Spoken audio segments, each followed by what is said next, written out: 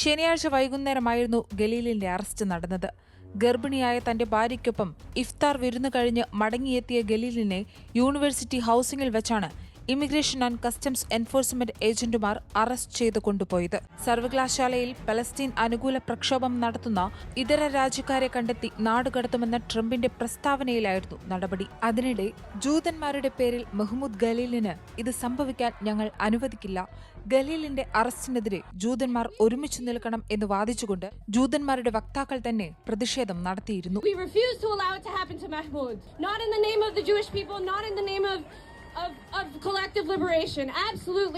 ഖലീൽ യുഎസിലെ നിയമപരമായ സ്ഥിര താമസക്കാരനാണെന്ന് അദ്ദേഹത്തിന്റെ അഭിഭാഷക ആമി ഗ്രീർ പറയുന്നു. ഗുരുതരമായ കുറ്റകൃത്യങ്ങൾ ഇല്ലാതിരിക്കെ ഗ്രീൻ കാർഡ് ഉടമകൾ നാടുകടത്തൽ ഭീഷണി നേരിടുന്നത് തന്നെ അപൂർവമായിട്ടാണെന്ന് വിദഗ്ധർ അടിവരയിട്ടു. അതേസമയം പലസ്തീനു വേണ്ടി പ്രതികരിക്കുന്നവരിൽ പലരും വിദ്യാർത്ഥികളല്ല, ശമ്പളം വാങ്ങുന്ന പ്രക്ഷോഭകരാണ് എന്നാണ് യാതൊരു തെളിവുകളുടെയും പിൻബലമില്ലാതെ ട്രംപ് ട്രൂത്ത് സോഷ്യലിൽ പോസ്റ്റ് ചെയ്തത്. ഈ തീവ്രവാദ അനുഭാവികളെ നമ്മുടെ രാജ്യത്തു നിന്ന് കണ്ടെത്തി ഇനി ഒരിക്കലും തിരിച്ചുവരാനാകാത്ത വിധം നാടുകടത്തും എന്നാണ് ട്രംപ് പറഞ്ഞത്.